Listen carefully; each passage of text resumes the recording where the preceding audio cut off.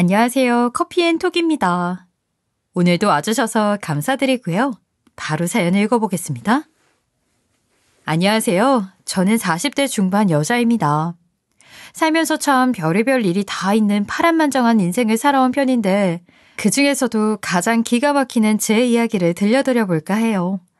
저는 23살이라는 어린 나이에 남편을 만나서 남부러울 것 없이 살았어요. 남편이 저와 결혼하고 얼마 지나지 않아서 사업에 크게 성공을 했거든요. 주변 사람들은 너무 어린 나이에 결혼하는 게 아깝지도 않냐면서 만류했지만 남편을 만난 것을 한 번도 후회해 본 적이 없었어요. 당신이 나한테 정말 귀인은 귀인인가 봐. 나도 이게 이렇게 잘 될 줄은 몰랐거든. 당신 정말 고마워. 아이, 오빠가 똑똑해서 잘 된 건데 나한테 고맙고 말고 할 일이 뭐가 있어. 오빠 같은 남편 만난 내가 복받은 거지. 시어머님 또한 그런 저를 엄청나게 예뻐해 주셨어요. 그렇게 거의 10년간 승승장구하면서 남들보다 조금 더 풍족한 생활을 누릴 수 있었죠. 주머니가 두둑해지니 금슬도 날이 갈수록 좋아졌답니다. 사랑이 마를 날이 없는 하루하루였어요. 그 사이에 저희 부부는 아이도 둘이나 낳고 아주 평범하고 화목한 일상을 보냈답니다. 그렇게 사는 것이 당연했기에 영원할 거라는 환상 속에서 살았나 봐요. 결혼한 지 10주년이 되던 해를 기점으로 그 행복은 산산조각이 나버렸답니다. 큰아이가 초등학교를 가던 그 해에 남편의 사업이 완전히 풍비박산이 났거든요. 사업이라는 것이 키울 때는 10년이고 20년이고 걸리지만 무너지는 건 6개월도 걸리지 않더라고요. 순식간에 큰 빚을 지게 되었고 이전의 일상들은 신기루처럼 사라져버렸어요. 남편과 저 이렇게 입이 2개만 있는 것도 아니고 한창 크고 있는 아이가 둘이나 있으니 남편이 마련해오는 생활비로는 택도 없었거든요. 참다 못한 저는 남편에게 말했어요. 여보, 이제 그만해. 우리 이렇게는 더 이상 다음 달 생활 유지도 안 돼. 그러지 말고 어머님한테 부탁 좀 드려봐. 그래도 장남인데 좀 도와주시지 않겠어? 이미 대출도 다 끌어온지라 어디 기댈 곳이 없었거든요. 결국 남편은 어머님께 도와달라는 말을 할 수밖에 없었어요. 손은 벌리긴 해도 어머님이 외면하신다 한들 할 말이 없는 상황이었답니다. 하지만 어머님은 그래도 저희의 편이 되어주셨어요. 너희들 그렇게 힘든 거 보는 나도 죽을 맛이야. 아이 그래, 얼마면 급한 불은 끌 수 있는데. 그렇게 어머님의 도움으로 큰 빚은 정리가 되었어요. 어머님 도움 아니었으면 정말 길바닥에 나앉을 뻔했는데 큰 위기들은 잘 넘어가게 되었어요. 집이 담보로 넘어가는 바람에 갈 곳이 없을 때도 저희를 받아주셨답니다. 그 마음에 보답하기 위해서라도 빨리 일어나야 했어요. 10년 넘게 경력 단절되었던 저는 다시 간호조무사 일을 시작하게 되었답니다. 낮엔 병원 업무를 보고 퇴근 후엔 새벽까지 설거지 알바를 하면서 일을 악물고 버텨냈어요. 그렇게 죽어라 살다 보니 차츰차츰 삶이 안정궤도에 이르게 되었답니다. 저희 부부는 어머님께 항상 죄송스러운 마음과 함께 마음에 빚을 지고 있었어요. 하지만 어머님은 저희 부부가 진 빚보다도 더 큰 걱정이 하나 있었답니다. 그건 바로 아직 장가를 가지 못한 2명의 도련님이었어요. 남편에게는 2명의 남동생이 있었거든요. 둘은 쌍둥이인데 몇 년 전에 같이 사업을 시작해서 사회적으로는 완전히 자리를 잡은 상태였죠. 어머님은 그런데도 불구하고 아직 장가가지 못하고 계시는 2분을 항상 걱정하셨답니다. 아니 둘이서 서로 끌어안고 살 것도 아닌데 왜 여자를 안 만나? 아이 어머님, 도련님들이 진짜 괜찮은 애인을 데려오려고 이렇게 뜸을 들이나 봐요. 너무 조급하게 생각하지 마시고 조금만 기다려 보셔요. 그런데 어느 날 도련님 2분이 같이 결혼을 하신다는 거예요. 갑작스러운 도련님들의 깜짝 소식에 저희 부부는 정말 놀랐어요. 남편과 저는 듣던 중 반가운 소리라 너무 놀라면서도 어떤 사람인지 빨리 알고 싶었답니다. 우리? 아이 그럼 재한이랑 재은이 너희 둘 다 결혼을 한다는 소리야? 한 명만 결혼한다고 해도 놀랄 일인데 둘이라니. 너희들 아무리 쌍둥이라도 그렇지 경우를 이렇게 놀라게 할 일이야? 갑자기 이런 격경사가 있을 수 있나? 그러게요. 도련님들 언제 그런 계획을 하시게 된 거예요? 쌍둥이 아니랄까봐 결혼도 함께 하신다는 말을 하는데 너무 놀랐어요. 어찌된 영문인가 하니 그 근원은 재작년에 갔던 세부 여행에 있었어요. 두 도련님은 생일을 맞아서 함께 세부 여행에 다녀오셨는데 여행 중에 만난 동행이 지금의 여자친구들이란 겁니다. 도련님들이 만나는 여자친구 두 사람은 아주 친한 친구 사이라고 하더라고요. 정말 사람 인연이 어쩜 이렇게 되는 건가 싶기도 하고 참 신기했어요. 그때 하필 우리 둘이 딱 마음에 드는 여자를 만나서요. 이것도 진짜 신기한 우연 아니에요? 그래, 놀랍긴 진짜 놀랍다.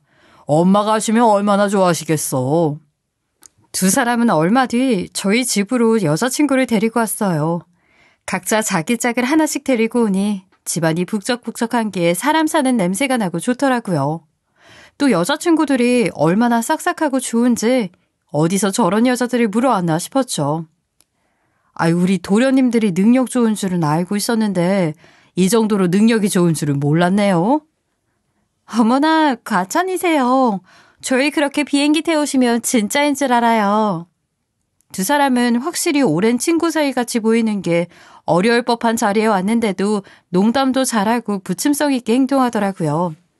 아무래도 가까운 사람이 옆에 있으면 든든한 구석이 있잖아요. 그리고 척 봐도 비싸 보이는 옷들로 무장을 하고 온 걸 보니 둘 다 보통 집안 자제들은 아니어 보였어요. 저 또한 남편 사업이 잘 나갈 때는 백화점을 제 집 드나들듯 했기에 딱 봐도 대충 견적 나오거든요. 무슨 일을 하는 사람인지 궁금증은 더해갔답니다. 지금은 성형외과에서 페이닥터로 근무하고 있어요. 사실 저희가 대학교 동창이거든요. 둘 다 재수해서 들어오는 바람에 친구가 없었는데 동갑이고 말도 잘 통해서 졸업 때까지 둘이서만 붙어 다녔어요. 전문직일을 할 것 같기는 했는데 둘 다 성형외과에서 의사로 일을 한다고 하니 순간 약간 주눅드는 기분이 들기도 하더라고요. 하지만 어차피 저희 집에 들어온다고 한들 저보다 손아랄 사람들이니 크게 신경을 쓰지는 않았어요. 다른 것보다도 두 예비 동서들의 인연이 참 신기하다고 생각했답니다. 같은 학교에서 마음 맞는 친구를 만난 것도 굉장히 귀한 인연인데 그 친구와 같은 직장에서 일을 하고 또 같은 집으로 시집을 오는 경우가 얼마나 되겠어요. 두 사람이 보통 인연은 아니구나 싶었죠. 얼마 후 두 사람은 시댁으로 인사를 드리러 왔어요. 어떤 엄마께서 의사 며느리가 둘이나 들어오는 것을 마다하시겠나요? 예쁘고 집도 잘 사는 데다가 의사라는 명함까지 뭐 하나 빠지는 게 없는 두 예비 동서들이 예뻐서 죽으려 하시는 겁니다. 재안이 재윤이 저 녀석들은 언제나 결혼하려나 근심이 많았는데 내가 이렇게 이제야 마음 놓고 웃을 수가 있구나. 엄마는 이제 더 이상 바랄 것이 없어. 차일피일 미룰 것 없이 빨리 상견례 날부터 잡자꾸나. 오늘 인사드리러 온다고 엄청 긴장했는데 예쁘게 봐주셔서 너무 감사해요. 그리고 저희가 친구로 맺어진 인연이었지만 이 집에 들어와서 다시 가족으로 맺어질 수 있게 해주셔서 그것도 정말 감사해요. 제가 하고 싶은 말은 수미가 다 해서 뭐라 덧붙일 말이 없네요. 참, 이제 수미 형님이라고 해야 하나? 어쩜 저렇게 어른들 마음을 살살 녹이는 건지 몰라요. 단숨에 결혼 허락을 받고는 일사천리로 진행하더라고요. 동시에 진행하려던 결혼식을 2달의 간격을 두고 진행하게 되었고 그렇게 1년 사이에 저는 2명의 동서를 드리게 되었어요. 동서들과 함께하는 첫 명절이었어요. 원래는 집안의 며느리가 저 하나뿐이었던지라 어머님이 저를 특별히 신경 써서 많이 챙겨주시는 편이었답니다. 그런데 매번 저희 집으로 보내시던 명절 선물들에 비해 턱없이 부족하게 보내주시는 거예요. 해마다 투뿔 등급의 한우 아니면 산삼 같은 것을 보내셨는데 올해는 견과류 세트를 보냈다는 걸 듣고 솔직히 조금 놀랐어요. 그럴 리가 없다는 생각에 친정엄마께 전화해서 재차 물어봤는데도 이전과는 확연히 달라진 명절 선물에 섭섭한 기분을 떨칠 수가 없었죠. 저는 은근슬쩍 동서들의 집으로는 어떤 선물을 받았는지 물어보았답니다. 어머님이 명절마다 집으로 선물 보내주시거든. 동서들은 혹시 어떤 거 받았어? 그게 저희는 결혼할 때부터 명절 선물 챙기지 말자고 미리 얘기를 했었거든요. 그런데 어머님께서 저희는 이번이 첫 명절이라 그냥 넘어가긴 좀 그렇다고 하셔서 구두 한 켤레씩 받았어요. 구두를? 보세요, 형님. 예쁘죠? 두 동서는 저에게 구두 사진을 보여주면서 어떠냐고 물어보는데 켤레당 100만 원은 좋게 넘는 백화점 제품인 거예요. 솔직히 순간적으로 이게 무슨 차별인가 싶어서 속이 조금 상했어요. 하지만 저희 부부도 힘들 때 어머님께서 선뜻 도와주신 게 있으니 뭐라 할 말은 없었답니다. 아마 그 즈음부터 어머님과의 사이가 조금씩 멀어져 갔던 것 같아요. 그 이후로도 어머님은 눈에 띄게 동서들만을 싸고 드는 날이 많으셨죠. 동서들도 그걸 알고 있는 눈치였어요. 이 집안에서 주도권을 자기들이 잡았다고 생각했는지 저를 은근슬쩍 무시하는 일도 생기더라고요. 그러다 사달이 나고야 말았어요. 어머님의 칠순잔치 때였어요. 저는 칠순잔치 선물을 준비한다고 없는 살림에 몇 달 전부터 한 푼씩 돈을 모으고 있었죠. 매번 집안에 행사가 있을 때마다 돈 들어가는 일이 얼마나 많은 건지 몰라요. 더군다나 동서들은 잘 버니까 지갑 사정이 저랑은 완전히 달랐거든요. 비교당하지 않기 위해서라도 칠순잔치는 이를 갈고 준비하고 있었답니다. 음식부터 예쁜 케이크까지 제 손을 거치지 않은 것들이 없었어요. 집안의 맏며느리로서 이번 행사를 기준으로 다시금 기강을 잡고 싶다는 마음에 더 분주했답니다. 이윽고 칠순날이 도래했고 어머님께 선물을 드리는 시간이 찾아왔어요. 저는 어깨에 힘을 조금 넣고 입을 떼고 있었어요. 그런데 막내 동서가 저의 말을 가로채는 겁니다. 어머님, 괜찮으시면 저희 선물 먼저 받으시겠어요? 그래. 준서가 뭐가 중요하겠니? 그러더니 둘째 동서가 다시금 말을 이어가더라고요. 그리고 선물이 공개되는 순간 장내 분위기는 완전히 난리가 났어요. 그야말로 환호 그 자체였죠. 어머님, 저희는 그냥 돈 모아서 하나로 준비했어요. 어머님한테 딱 어울리실 만한 건데요. 짠! 다이아 목걸이에요. 어떠세요? 마음에 드세요? 아이고 세상에. 이게 뭐야? 진짜 다이아야? 내 평생 다이아 목걸이를 다 받아보고 둘째랑 막내야. 정말 고맙구나. 고마워. 이거 참 눈물이 다 나려고 하네. 엄마, 우리가 장가 하나는 진짜 잘 갔지? 동서들은 돈을 모아서 어머님께 다이아 목걸이를 해온 겁니다. 저도 상상하지 못한 선물이어서 너무 놀라고 당황스럽기도 했어요. 이게 한두 푼 하는 것이 아닐 텐데 이거 얼마나 줬다니. 엄마는 뭘 금액을 물어보고 그러실까. 우리 두 마나님들 돈 꽤나 썼지. 어머님, 저희 이제 당분간은 굶고 지내야 해요. 큰 거 2장 썼어요. 그리고 어머님은 200 하는 입모양을 했지만 막내 동서가 다시 입모양으로 0 하나 더요 하더라고요. 동서들의 스케일에 정말 깜짝 놀랐어요. 사실 저는 어머님께 드릴 용돈으로 100만 원을 준비해왔거든요. 2천만 원이나 하는 목걸이를 받았는데 100만 원이 어디 눈에 차기나 하겠나요? 저는 너무나도 도망가고 싶었어요. 100만 원을 꺼내드는 순간 그 자리에서 그냥 욕바지가 될 것 같았거든요. 두 사람이 공들인 선물을 준비해올 거라는 건 알고 있었지만 이 정도로 큰 선물을 준비할 거라고는 생각하지 못했었죠. 저는 그 자리에서 존재감이 완전히 사라지고 있었어요. 제가 그리던 그림은 이게 아니었는데 말이죠. 그리고 어머님은 입에 귀에 걸려서 말씀하시더라고요. 그래, 이제 우리 큰애가 뭘 준비해왔나 한번 볼까?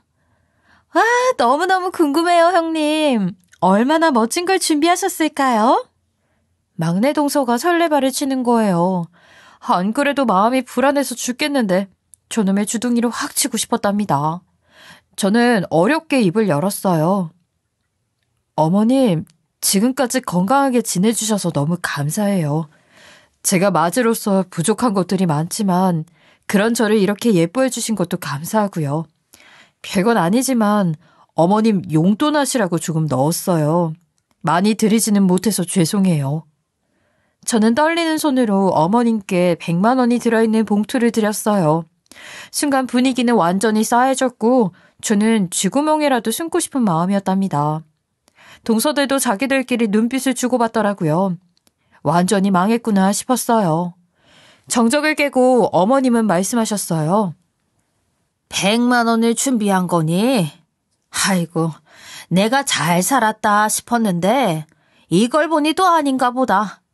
네 어린 동서들은 2천만 원짜리를 준비했는데 꼴랑 100만 원은 좀 너무하지 않냐? 아무리 생각해도 이건 좀 아니지. 네가 생각해도 그렇지? 그렇게 대놓고 면박을 주실 줄은 몰랐는데 너무 수치스럽고 서글픈 마음에 눈물이 나려 했답니다.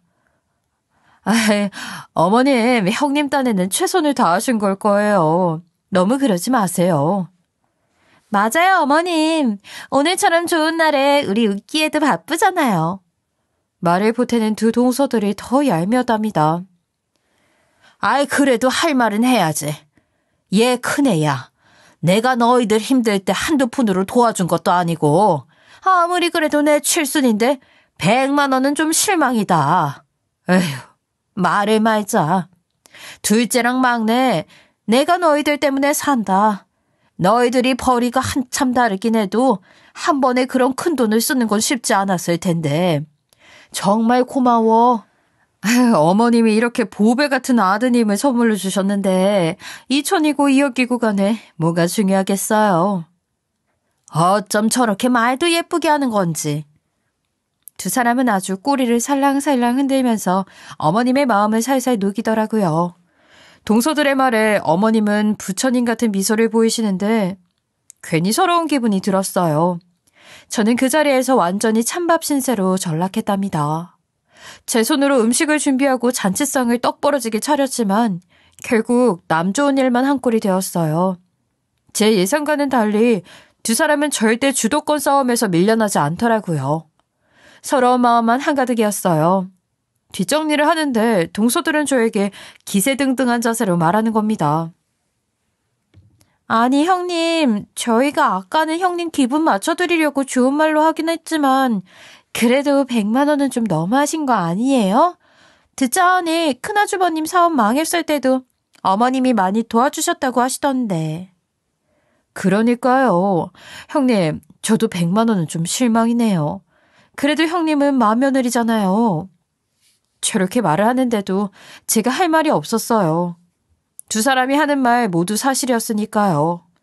그날 밤 저는 집에 가서 서럽고 창피한 마음에 한참을 울었네요. 그렇게 칠순 사건은 지나가고 한참 지났던 어느 날이었어요. 어머님으로부터 후추를 받게 되었답니다. 얘 큰아가 내일 12시까지 이리로 좀 오거라. 12시요? 어머님, 제가 그 시간엔 한참 근무 중이라서요. 혹시 동서들한테 한번 말씀해 보시겠어요? 병원의 오후 업무가 한창인 시간에 저를 부르시는 거예요. 그래서 저는 거절했더니 역정을 내시는 겁니다. 우리 집에 일 안 하는 사람이 어디 있냐?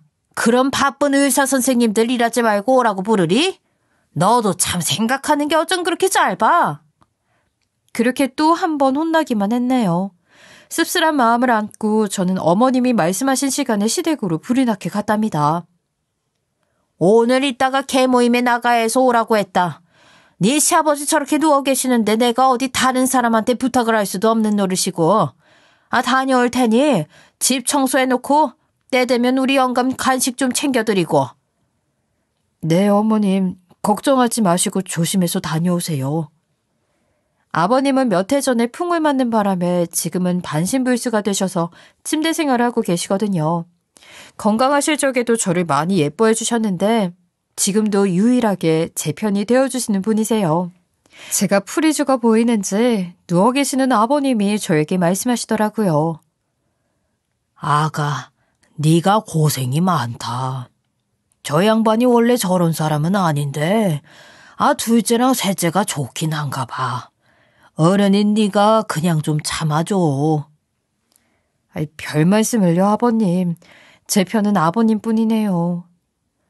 나야 우리 큰아기가 최고지. 너 같은 애가 요즘 어딨니? 안 그래? 아버님의 말씀에 그제야 웃음이 나오더라고요. 그런데 잠시 후 나가셨던 어머님이 다시 돌아오시는 거예요. 무슨 일로 다시 들어오신 거냐 여쭈었는데 어머님은 동서들이 선물해준 목걸이를 깜빡하신 모양이었어요. 예, 큰아가. 이리 와서 내 목걸이 좀 채워봐라. 개원들한테 다이아 자랑할 생각만 하고 있었는데 정신이 없어서 이걸 잊었네. 그 아줌마들이 이런 걸 어디서 보겠어? 네, 어머님. 잠시만요. 다이아몬드 자랑할 생각에 기분이 좋으신지 흥얼거리면서 저에게 목걸이를 건네시는 겁니다. 그런데 순간 손이 미끄러지면서 목걸이를 바닥에 떨어뜨리게 되었어요. 그런데 그 비싼 다이아 목걸이가 바닥에 떨어지는 순간 다이아들이 후두둑하고 떨어지는 겁니다. 아니 너 그거 하나 잡지 못해서 이 사다리나? 내가 못 살아 정말. 어머님 그게 아니라 변명하라는 게 아니라 죄송해요 어머님. 그러면서 어머님은 자기의 칠순잔치 때 제가 가져온 용돈 100만 원을 가지고 꼽을 준 걸 이런 식으로 복수하는 거냐면서 저를 나무라시는 거예요. 너무 억울하고 황당했어요. 저는 절대 그런 게 아니라고 손살을 쳤지만 어머님은 이미 화가 잔뜩 나셨더라고요. 그런데 아무리 생각해도 조금 이상한 것 같았어요. 제가 손을 놓치면서 떨어뜨린 건 맞았지만 이게 한두 푼 하는 것도 아니고 2천만 원이나 하는 다이아 목걸이가 이렇게 허술하게 망가진다는 게 말이 안 되는 것 같았죠. 저와 같은 생각을 하고 계신 건지 이 상황을 지켜보시던 아버님이 먼저 말씀을 해주시더라고요. 무슨 다이아 목걸이 내구성이 시장에서 파는 것만도 못해. 여보, 이건 뭔가 좀 이상하잖아. 이상하긴 뭐가 이상해요. 바닥에 이렇게나 3개 떨어졌는데 알이 흩어지는 게 당연하죠. 큰애 너 이거 어쩔 거야? 이 비싼 것을. 큰애한테 뭐라고 할 거 없어. 그 비싼 목걸이가 일이 쉽게 망가지면 가자거나 불량이거나 둘 중 하나야. 내 말이 맞다니까. 역시 제 편을 들어주시는 건 아버님밖에 없었어요. 아버님을 등에 업고 저도 옆에서 한마디 거들었답니다. 아무리 생각해도 2천만 원이나 하는 목걸이가 이렇게 떨어지는 경우는 없다고 말했죠. 제가 일을 저질러 놓고 수습하려 한다고 생각하셨는지 어머님은 제게 더 큰 소리로 역정을 내셨어요. 그러자 아버님께서 중재를 해주셨답니다. 둘이 그렇게 입씨름하지 말고 저 앞에 금은방 가서 감정이나 한번 받아봐. 그럼 누구 말이 맞는지 알 거 아니야. 안 그래? 큰애 너는 금은방 가서 내 말이 맞으면 각오해라. 알겠어? 제가 다이아 목걸이를 가져본 적은 없었지만 그래도 예전에 잘 나가는 사모님들이랑 많이 어울려서 대충 알긴 하거든요. 분명 뭔가 이상이 있는 게 틀림없었어요. 저희는 금은방으로 향했어요. 어머님은 저를 매 같은 눈으로 노려보시더라고요. 긴장되는 순간이었어요. 그리고 금은방 주인은 다이아를 돋보기로 들여다보면서 요리조리 살피더니 너무나도 충격적인 말을 해주었답니다. 아이고 사모님, 이게 2천만 원짜리라고요? 아니 이런 건 2천 원 줘도 안 삽니다. 이거 완전히 가품이에요, 가품. 어디 중국산 가짜 다이아를? 네?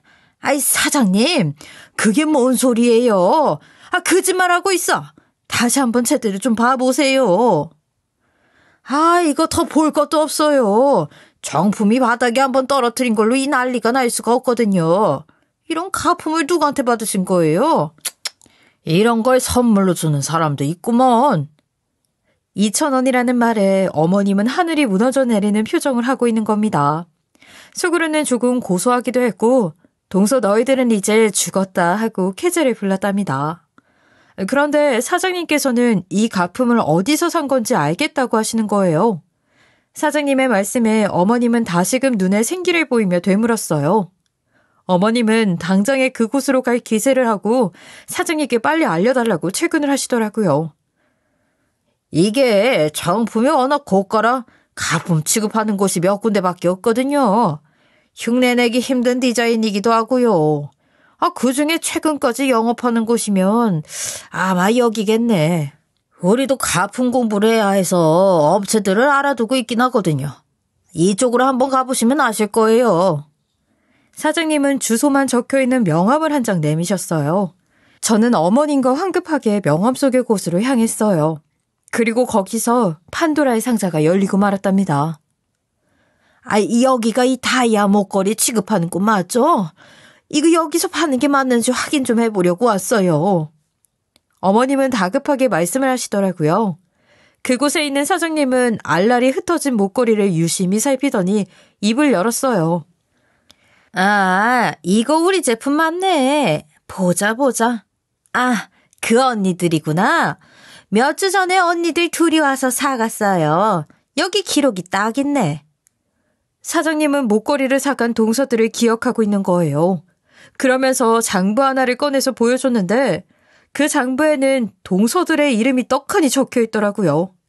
어머님은 다시 머리를 부여잡고 기함을 하셨답니다. 이게 여기서 얼마에 팔고 있어요? 설마 2,000원은 아니죠? 제발 그 금액은 아니길 바라는 마음으로 어머님은 묻더라고요. 하지만 현실은 더 가혹했어요. 사장님은 2,000원은 말도 안 된다고 수공비도 안 나온다며 동서들에게 2만 원에 팔았다고 말씀하시는 거예요. 믿을 수 없다는 눈으로 바라보니 결제했던 내역까지 보여주는 겁니다. 동서들은 2만 원에 사온 목걸이를 2천만 원으로 둔갑해서 그렇게나 큰 소리를 떵떵 쳤던 거였어요. 너무 황당하고 어이없었죠. 하지만 진짜 충격은 이제 시작이었답니다. 아이고, 사모님. 제가 사모님 안타까워서 드리는 말씀인데 그 언니들한테 투자한 거 있으면 지금이라도 발빼세요. 설마 아직까지 아무것도 모르시는 거예요? 지금 딱 보아하니 작업당하고 계신 것 같아요. 저도 잘은 모르는데 그 언니들 장난 아니에요. 둘이 깜빵 동기라는 것만 알고 있어요. 팀으로 작정하고 여기저기 작업치고 다니는 걸로 아는데 아무튼 가까이 하지 않는 게 좋을 거예요. 감방 동기라뇨. 그 말에 저는 너무 놀라서 턱이 빠지는 줄 알았어요. 어머님은 혼절 직전이었죠. 저는 놀란 마음을 추스르고 핸드폰 속에 동서들 얼굴을 보여주면서 재차 물었어요.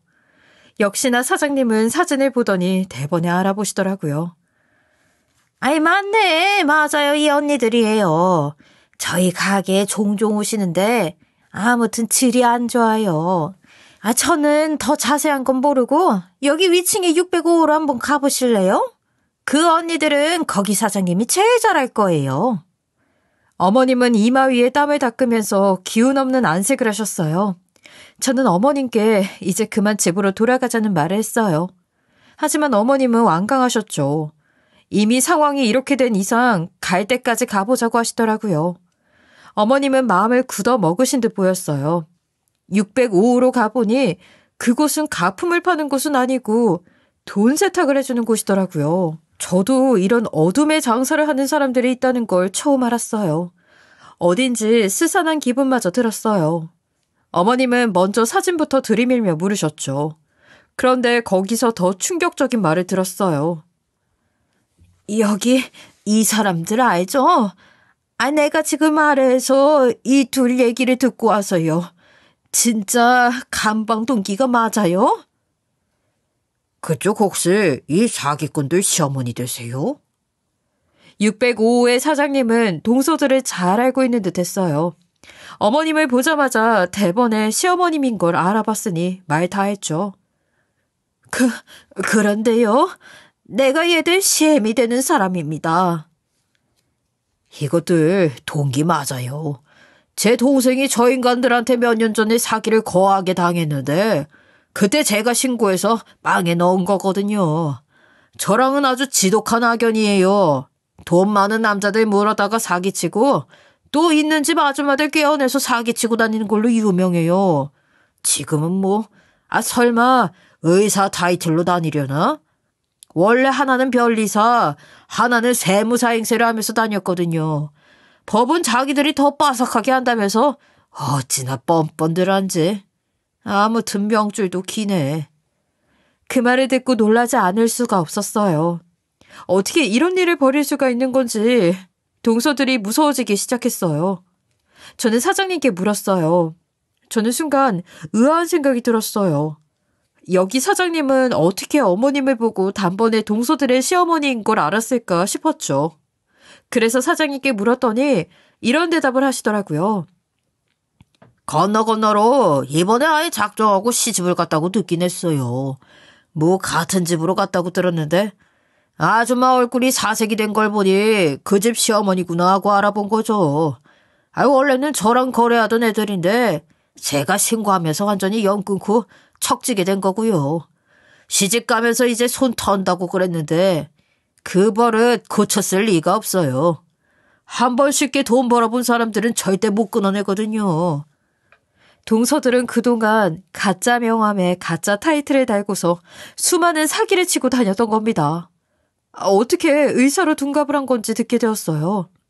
동서들은 병원장을 섭외해서 뒷돈을 크게 주고서 의사 행세를 할 수 있게 도와달라고 했던 거였어요. 어차피 그 의사도 돈 세탁을 하고 있는 입장이라 거의 동업자 같은 느낌이었던 거죠. 서방님들이 병원 구경을 갔던 날에만 내부에 있는 의사 이력에 이름만 싹 바꿔버린 거였답니다. 의사 가운에 이름 하나 박는 건 뭐 일도 아니었죠. 병원 안에 이력에 이름에 사진까지 박혀 있는데 어느 누가 사기인 줄 알겠어요. 결혼하면서 학교 졸업장을 가져오라고 하는 것도 아니니 그 허점들을 이용해서 사기를 쉽게 치고 다녔던 거죠. 그리고 동서들이 말을 어지간히 잘해야죠. 누가 들어도 그럴듯하게 하니 의심할 수가 없었을 겁니다. 그리고 사기는 단시간에 많은 돈을 가져와야 하니 빠르게 치고 잠적할 생각이었다면 이 모든 일이 가능했을 것 같아요. 가짜 목걸이가 불러온 파장은 상상 이상이었어요. 어떻게 이런 일이? 이럴 수가 있단 말이야. 아이고 내 팔자야. 아이고 큰애야. 나 죽는다. 나 죽어. 어머님 정신 차리세요. 이쪽에 앉으셔서 좀 기대세요. 예쁘고 집안도 좋고 거기다 직업까지 빵빵한 며느리들을 본 줄 알았던 어머님은 사기꾼을 당신 손으로 직접 들였다는 사실에 가슴을 치면서 분개하셨어요. 그러면서 사장님은 아마 두 서방님들에게도 작정을 하고 접근했을 거라면서 보통 노련한 애들이 아니라는 이야기를 해주시더라고요. 그 말을 해주시면서도 질릴 대로 질렸다는 얼굴을 하시는데 그동안 동서들과 어떤 시간을 보내는지 훤하게 보이는 것 같았죠. 한참 이야기를 들으시던 어머님은 그 자리에서 저에게 갑자기 눈물을 흘리면서 미안하다고 사죄하는 거예요.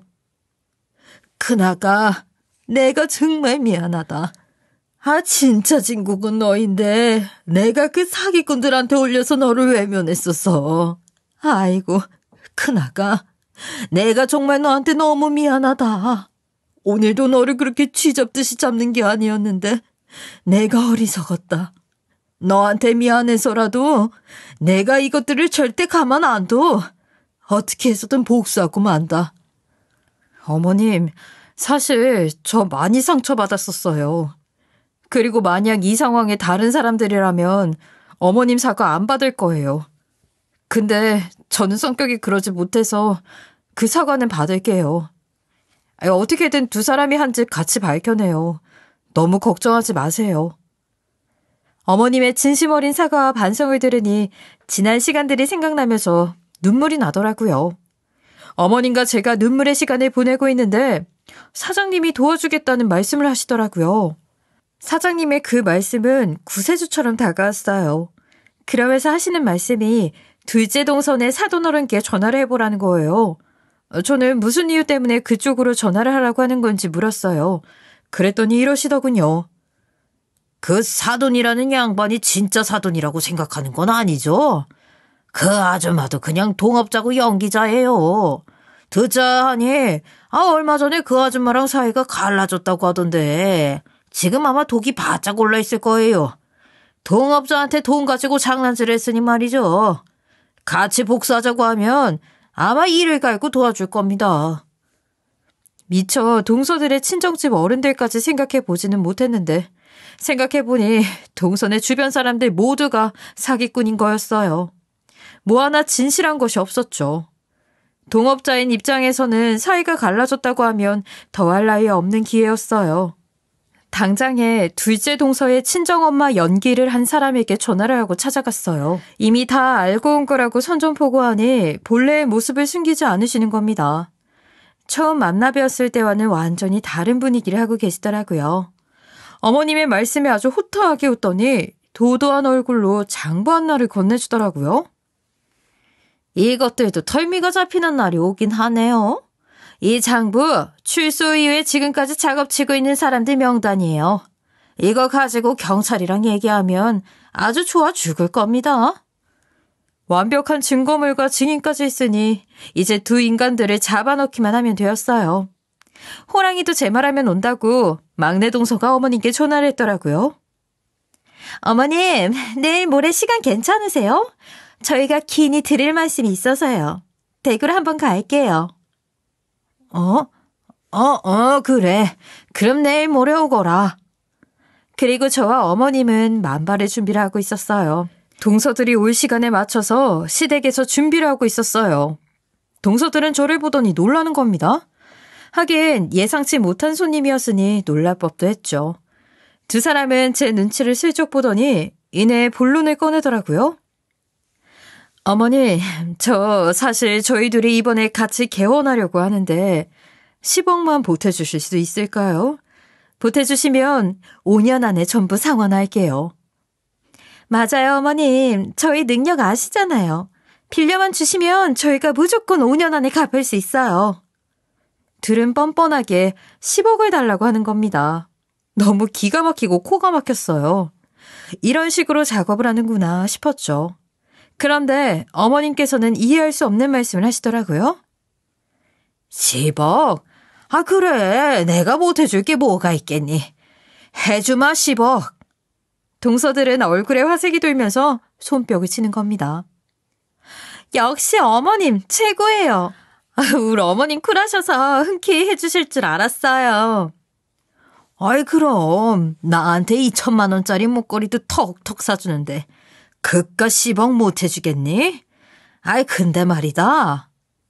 어머님이 말끝을 흘리시자 두 사람은 긴장되는 눈빛으로 쳐다보더라고요.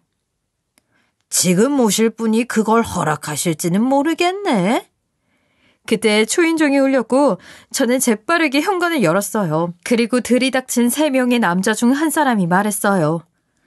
정수미 씨, 유은영 씨, 두 사람을 특수사기 및 자금세탁법 위반으로 긴급 체포합니다.